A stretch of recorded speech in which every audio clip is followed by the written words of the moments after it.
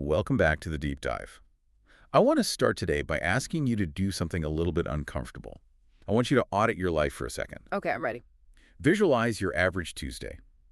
You wake up, you grab coffee, you go to work, maybe that's a commute, maybe it's, a walk to the living room these days. Uh-huh. You go to the gym, you buy groceries. Now, here's the question. How much friction is between those points? Are you hopping in a car for 20 minutes just to buy a carton of milk? Or sitting in gridlock to get to a gym that's in some concrete industrial park. Exactly. And that friction, that texture of your day, it isn't accidental, is it? No, not at all. It's Anyway. engineered.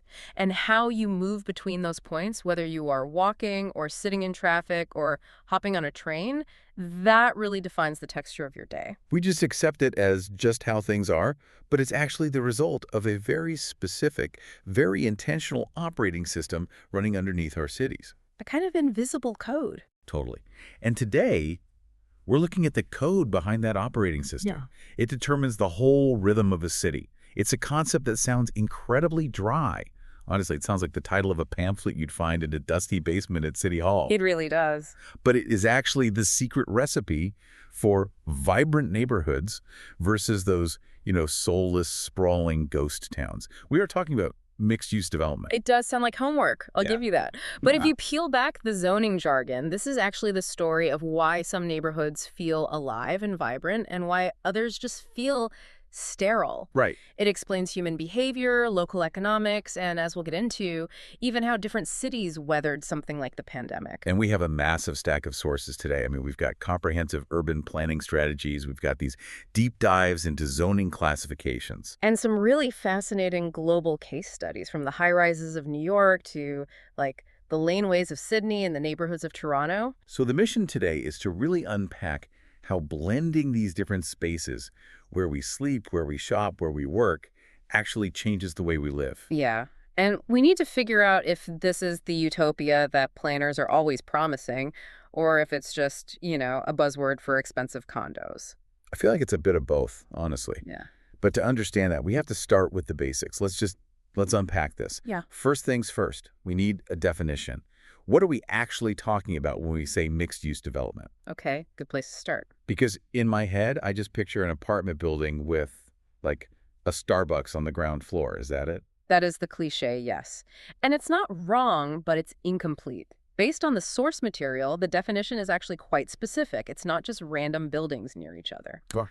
Mixed-use development is a type of urban development, design, or zoning that blends multiple uses into one space. And we're talking about a whole mixed residential, commercial, cultural, institutional, or entertainment. So it's the mashup, Mm. the intentional mashup. It is the mashup, but with a really important caveat. The key characteristic here is that these functions have to be, to some degree, physically and functionally integrated. Ah. And critically, they have to provide pedestrian connections. That pedestrian part seems huge. Integrated feels like the load-bearing word there. Mm. Because if you have a massive mall next to a massive apartment complex, but there's a 6-lane highway and a chain-link fence between them, Yeah. that doesn't count. Exactly. That is what planners call adjacent use, not mixed use. Mixed use implies integration. It implies that you can flow from one to the other without getting in a car. It's about the flow. It's all about the flow. Yeah. And the scope can vary wildly. It can be a single building. We call that a vertical mix, like your Starbucks example. The classic. Or it could be a whole block or an entire neighborhood. But the DNA is the same. The functions are blended together on purpose. Okay, so that's the what. But here is where it gets really interesting for me. The why now. Mm-hmm. Or maybe, more accurately, why did we ever stop doing this? Exactly. Because if you think about history, didn't we always live like this? The research points to this idea of a great divergence. That is the crucial context, because you're right. Historically, human settlements were always mixed use by default. It was the only way. There was no other option. None. If you go back to, say, the year 1700, a blacksmith didn't commute 45 minutes to an industrial park. He lived above the forge. The baker lived above the bakery. The apprentice slept in the back room. There was no zoning. The city was just this organic mashup. People lived where they worked because they had to. Transportation was limited to your feet or maybe a horse. And then everything changed. Then we hit the Great Divergence. industrialization. Ah, right. The factories, the smoke. Suddenly, work wasn't just baking bread or shoeing horses, it was heavy manufacturing. It brought smoke, noise, pollution, dangerous machinery. You couldn't live above that. It would literally kill you. Yeah. So for the first time, separating where you work from where you live became a matter of life and death. And that's where the government steps in and says, okay, hold on. We need to separate these things. Precisely. Governments introduced zoning regulations specifically to separate functions. The original motivation was public health and, the protection of property values. You separate the negative externalities, that's the planner speak for air, noise, and light pollution, from where people sleep. Which makes total sense. Yeah. I mean, you don't want a steel mill next to a nursery school. That's a good idea. It is a good idea. But it feels like we took that one good idea and then just really ran with it, especially in North America. We applied it to everything. We did. We applied it to an extreme. And this is where the divergence between North America and Europe becomes so stark. In the United States, zoning for single-family residential use became a powerful tool. A tool for what, though? Not just safety. No. Yes, it was about health, but the sources are very clear that it was also constructed because of racial and class tensions. Okay, that's a heavy layer to add to zoning codes. It wasn't just about keeping smoke away. It was about keeping people away. Correct. Think about it. If you zone an area strictly for single-family homes on large lots, you artificially inflate the price of entry. You price people out. You price people out. You keep out the boarding houses, the small apartments, the duplexes, and by extension, the lower-income workers who would live in them. It became a tool for exclusion. And then culturally, you have this powerful narrative of the American dream layered on top of it. The white picket fence.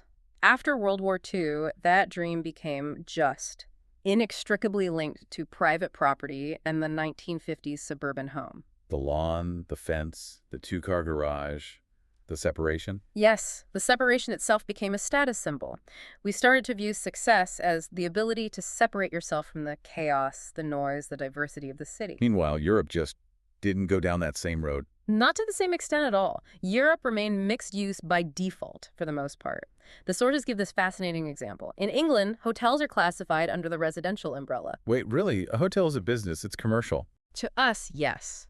But in their zoning logic, people sleep there, so it sits with residential uses, whereas in the U.S., a hotel is strictly commercial. It's a totally different mindset. That's wild. What about other places? In France, much of Paris is simply zoned general urban. That allows for a huge variety of uses side by side. It's a permissive zoning, not a restrictive one. So it's about what you can do, not what you can't. Exactly. And even in Germany and Russia, the zoning codes often don't distinguish between different types of housing. They didn't have that cultural and legal obsession with single-family exclusivity. So while Europe kept mixing, the U.S. went full separation. And I feel like there's a specific villain in this story, or at least a very controversial figure when it comes to American cities. Oh, yeah. We have to talk about the Clash of Titans. You are thinking of Robert Moses versus Jane Jacobs. This is the heavyweight title fight of 20th century urban planning. The man who loved a superhighway versus the woman who loved a sidewalk. It's almost poetic. Robert Moses was the New York City Parks Commissioner, but really he was the master builder. He was the absolute champion of this separation philosophy post-WWII. You saw the city as a machine, right? A machine that needed to be organized and segmented. He pushed for superhighways specifically to break up functions and neighborhoods, to move cars efficiently from the bedroom zone to the work zone and back again. He wanted to slice through neighborhoods to build expressways. He looked at a crowded, messy street and just saw chaos. He saw blight.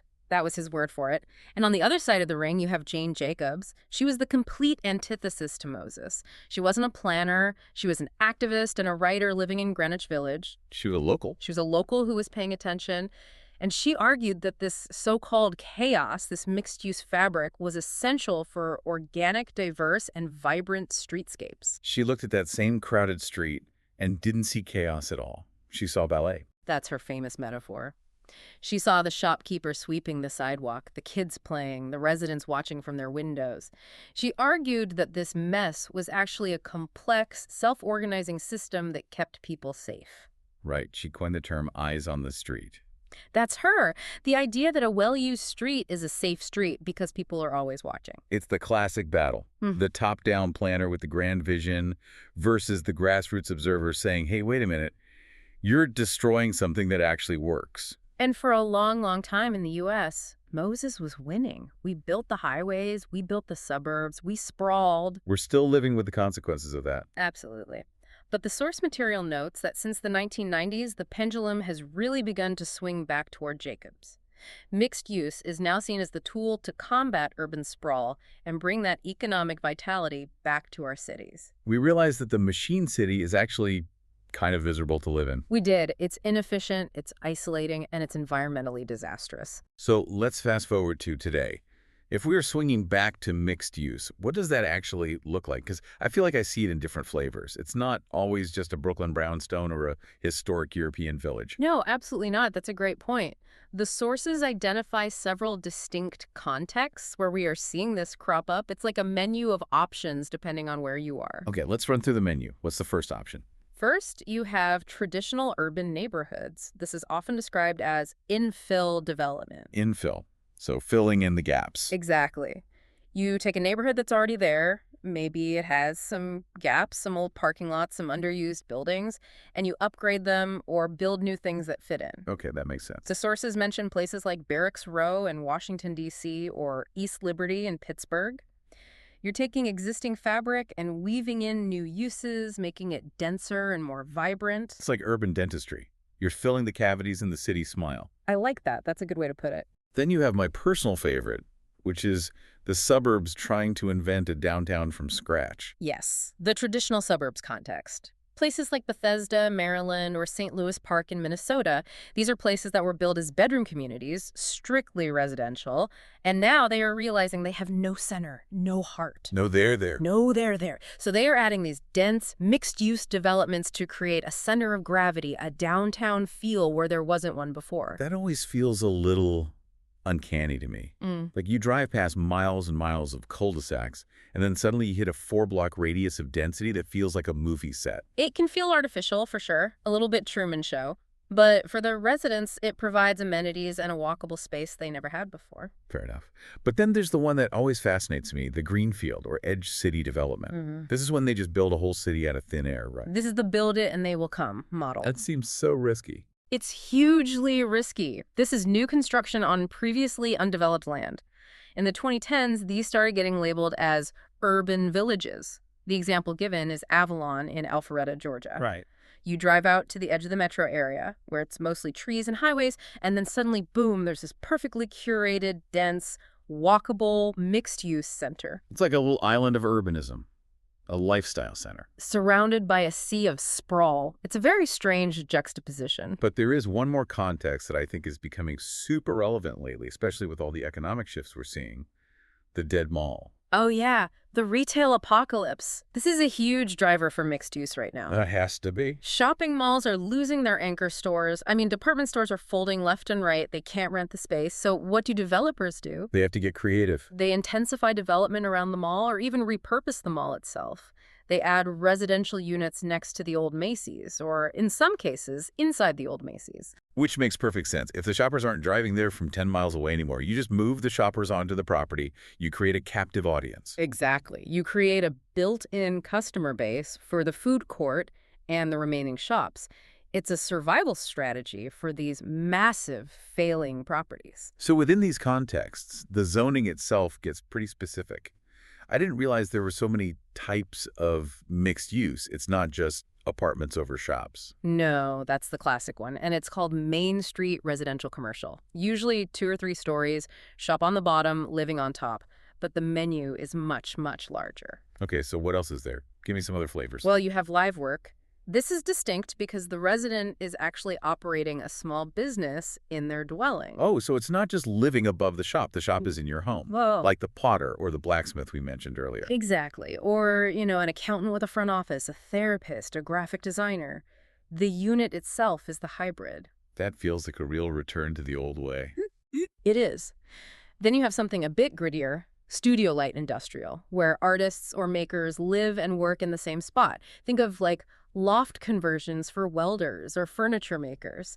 It's crucial for keeping that kind of production inside cities. Instead of pushing it all out to the exurbs. Right. And on the much simpler side, there's something called convenience zoning, What's that? which is huge for livability, but sounds so small. That's just allowing a single convenience store or a bodega or a little cafe in an otherwise strictly residential area. Oh, I love that. It seems like a minor thing, but being able to walk to get milk or a coffee completely changes the traffic patterns and the social fabric of a neighborhood. It creates a node, a place where neighbors actually bump into each other instead of just waving from their car windows. Because that's the whole idea. So we know what it is, and we know where it's happening. But now I really want to get into the why. Why do we want this? Because developers don't just do things for fun, and cities don't rezone for no reason. There has to be a pretty compelling benefit package here. There is, and the research breaks it down into a kind of three-pronged stool: social benefits, environmental benefits, and economic benefits. Okay, let's start with the social side. Mhm. We mentioned Jane Jacobs earlier, this idea of live, work, play. Right. One of the biggest social shifts is moving from what's called an 8-hour district to an 18-hour community. Let's define that for me, because I think of an 8-hour district as just a place for work. Exactly. Think of a traditional central business district in any major city. From 9:00 a.m. to 5:00 p.m., it's bustling. Suits everywhere, delivery trucks, food carts. But what happens at 6:00 p.m.? It's a ghost town. Tumbleweeds. Complete ghost town. And that is an incredibly inefficient use of infrastructure. You have sewers, roads, and power grids that are being used at capacity for 1/3 of the day and are then basically abandoned. And it feels creepy at night. It doesn't feel safe. Exactly. When you introduce mixed use, you add residential buildings, cafes that stay open late, bars, nightclubs, theaters. You extend the life of that street. People are there in the morning getting coffee, they are there working during the day, and they are there socializing at night. You get an 18-hour city. And that links back directly to safety, right? The eyes on the street. 100%. The sources mention that perceived safety increases dramatically when there are people around for longer hours. It just makes intuitive sense. It does, and it fosters community because you have employees, residents, and visitors all sharing the same sphere. You don't need a cop on every corner if you have a grandmother watching from a window and a bartender watching from a door. I feel safer walking down a street with open restaurants and people on patios than I do walking past a block of dark, monolithic office buildings. Precisely. Everybody does. Okay, what about the environmental side? This is the one that's tricky for me because usually development sounds like bad news for the environment. But here, the argument is about efficiency and resilience. It is, and it's about reducing carbon emissions through behavior change. The most striking example in the research comes from the COVID-19 pandemic. Oh, interesting. How so? Well, if you look at a city like New York, the retailers that were on long, commercially zoned only blocks suffered severely. I mean, they were wiped out Why? because they relied entirely on passersby commuters coming into the office and tourists. When both of those vanished overnight, their customer base disappeared. The businesses died. Okay, that makes sense. But the mixed-use districts, they had a built-in population, the residents were still there, they were working from home, and they still needed food and coffee and services. Those neighborhoods showed much, much more economic resilience. That's fascinating. So the mix actually acts as an insurance policy for the local businesses. Okay. It protects them from external shocks. It absolutely does. And then, of course, there's the big one, transportation. Right, getting people out of their cars. There was a study from Guangzhou, China, that found that taxis in mixed-use regions had greatly reduced traveling distances. Because everything is closer. You don't need to take a cab across town. Yes. The trips are shorter, and shorter distances support what planners call micromobility. Walking and biking. Walking, biking, scooters. If your grocery store is 3 blocks away, you might walk. If it's 3 miles away, you're getting in the car. It's as simple as that. Mixed use promotes the density that makes walking a viable option. But wait, I saw a counterpoint in the notes about something called hybrid metropolises. What's that about? Because we have to be careful not to just greenwash this and say all density is good. That's a really important nuance. A hybrid metropolis, and you can think of really massive, tall buildings that mix public and private interests, almost like a city in one building, did not necessarily show a decrease in carbon emissions. Why not? If everything is in one building, shouldn't it be super efficient? You'd think so. But the theory is that they become such powerful destinations, or magnets, that they actually attract a huge amount of car traffic from visitors coming from far away. Oh, I see. So while the residents who live there might walk downstairs to the grocery store, you have thousands of other people driving to the complex to shop or eat or stay at the hotel, completely canceling out the carbon savings. That is a really critical distinction. It's not a magic bullet. You can't just build a magnet for cars and call it sustainable. Density doesn't automatically equal sustainability if you are still designing it to be accessed by car. Exactly. The design of the surrounding network matters just as much. Okay, let's talk money. Economic incentives. This is the real driver. This is what gets developers to the table. For them, it's a portfolio diversification strategy. How so? Well, think about it. If you own a big office building and the market for office space crashes, as we've seen recently, you are in serious trouble. You're toast. But if you own a building that is 30% office, 30% retail, and 40% residential, you have a buffer. If one market goes down, the others might hold steady or even go up.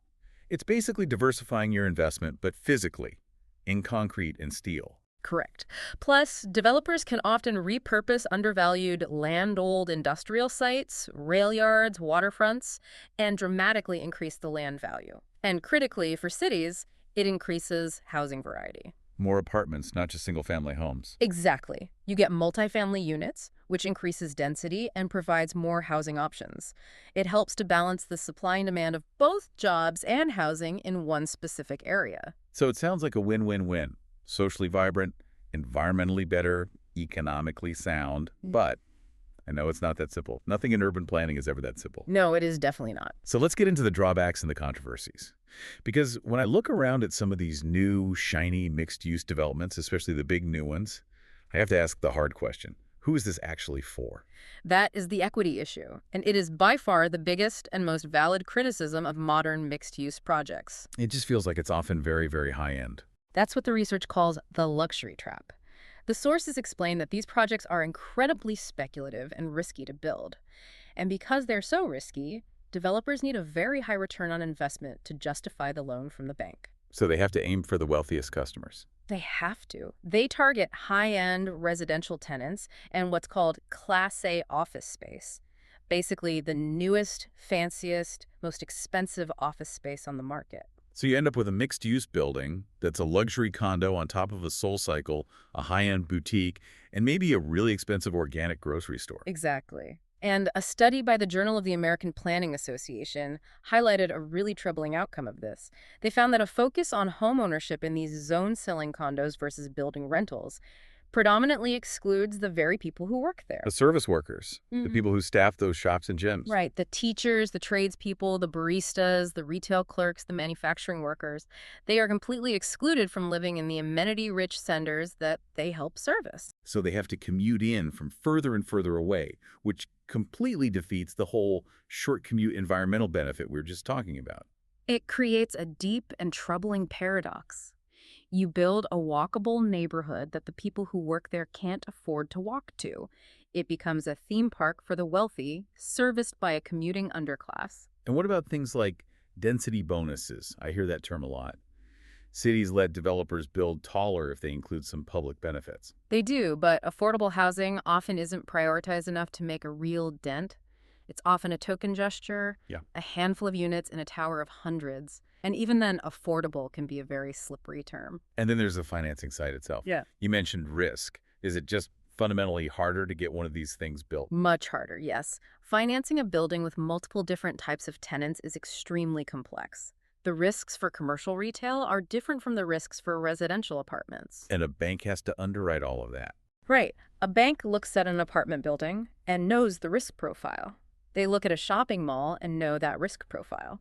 When you mash them together into one project, the math gets messy and the bankers get nervous. Speaking of messy math and nervous bankers, we have to talk about Hudson Yards in New York City. The elephant in the room, the Death Star of mixed-use development. It is the ultimate mega mixed-use project, and the numbers are just staggering. It's built on a platform over a massive active rail yard on the west side of Manhattan. It cost New York City over $2.2 billion in taxpayer money, mostly through infrastructure extensions like the 7-train subway line. But the controversy isn't just the price tag, right? Yeah. It's how it was funded. It's a bit sneaky. It's very controversial. They use TIFs, right? Tax increment financing. Can we explain that simply? Because it sounds complicated. I'll try. Simply put, the city says this area is blighted and generates basically no tax money right now. If we help you build this shiny new thing, it will generate a lot of tax money in the future. So we will let you, the developer, keep that future tax money to pay back the loans for the construction costs. So the developer gets to use the future taxes generated by their own building to pay for their own building. Effectively, yes, it's a subsidy. And critically, in New York, this mechanism bypassed the traditional city budgeting process. It didn't require voter approval, which is a huge deal. And then there was the visa thing. They used the EB-5 visa program. What was that about?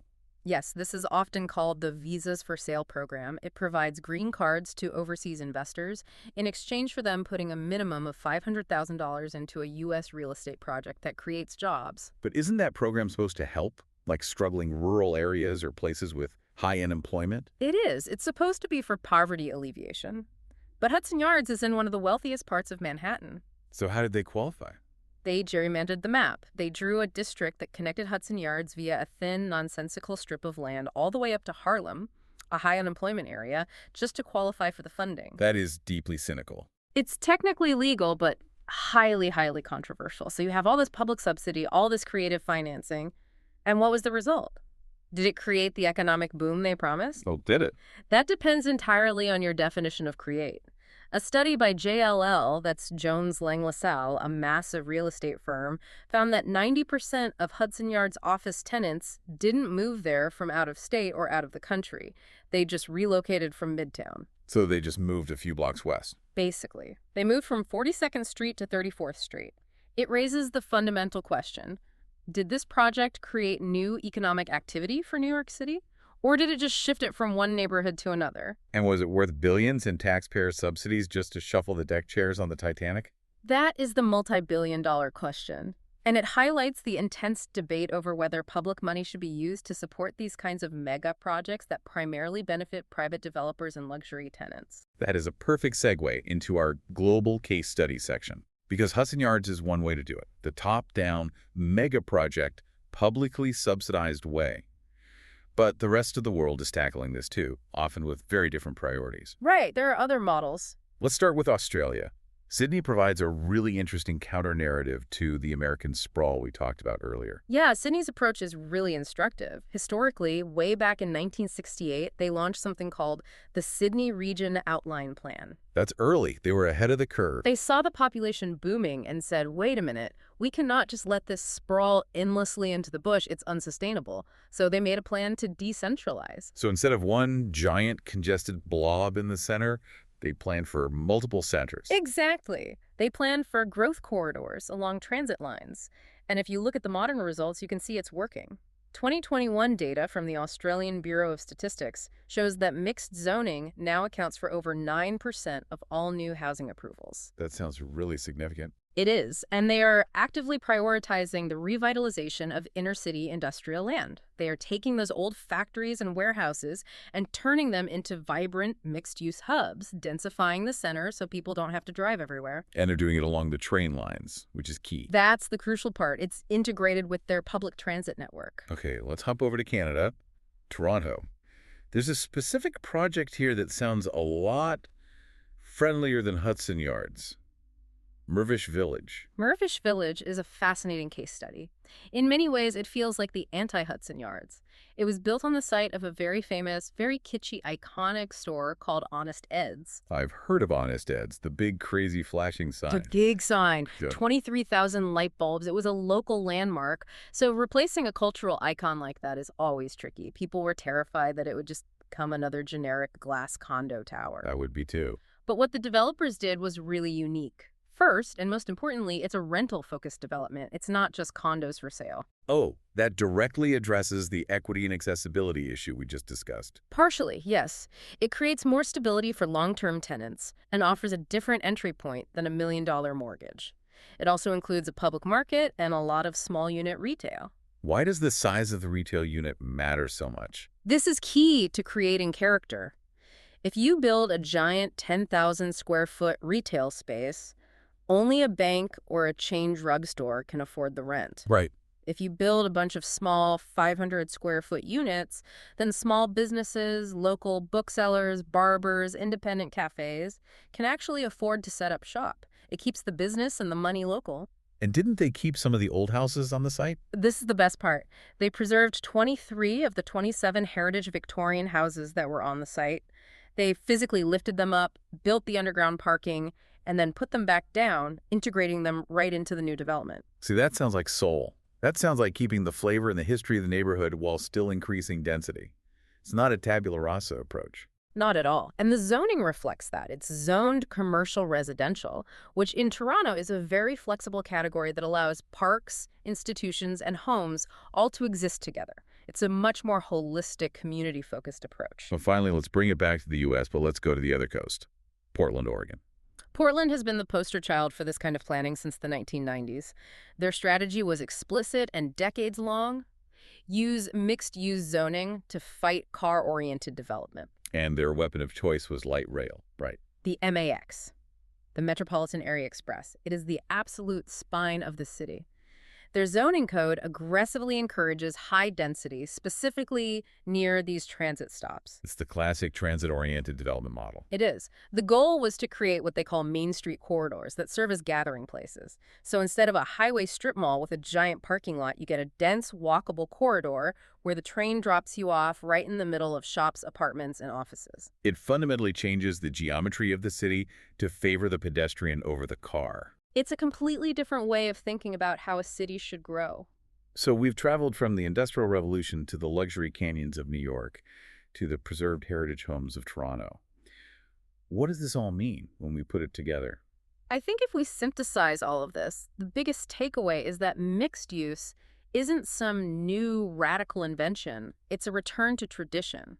It's how we used to live before the car and the factory split our lives into these neat, separate boxes. We're just trying to glue our lives back together, basically. That's a good way to put it. It offers that 18-hour life, the vibrancy, the walkability, the economic and social resilience. But, and this is the big but, it comes with these significant risks we've talked about. As we saw with the contrast between Hudson Yards and Mirvish Village, the execution matters more than anything. Absolutely. There is a very real danger of gentrification, of creating these luxury islands that actually worsen inequality by excluding the service class that makes them run. It's such a delicate ecosystem. The sources mention that preconditions for success are employment, population, and consumer spending. You can't just change the zoning and hope people come. The economic fundamentals have to be there. Correct. You need the people. And you need to be designing it for people, not just for capital. So here is the so what for Yeah. you, the listener. The next time you walk out your front door, I want you to look around. Look at your own neighborhood with these fresh eyes. Is it zoned for sleep? Is it just rows and rows of houses where nothing happens until everyone drives home at 6 p.m.? Or is it zoned for life? Can you accomplish multiple parts of your day without getting in a car? And ask yourself about that friction we talked about at the very start. How hard is it for you to get a loaf of bread or a cup of coffee? Because that difficulty level, that friction, is a direct result of these zoning decisions made decades ago. And they can be unmade. Exactly. So we want to leave you with one final, maybe slightly provocative thought to mull over. We know mixed use creates efficiency. We know it can create vitality. But as we look at the contrast between a project like Hudson Yards, funded by overseas investors and filled with corporate tenants, and a project like Mirvish Village, focused on rentals and local markets, the real question isn't if we should mix uses. We probably should. The real question is, who are we mixing them for? Are we building communities? Or are we just building vertically integrated investment vehicles? Something to think about the next time you see a construction crane go up in your city. Thanks for listening to The Deep Dive. See you next time.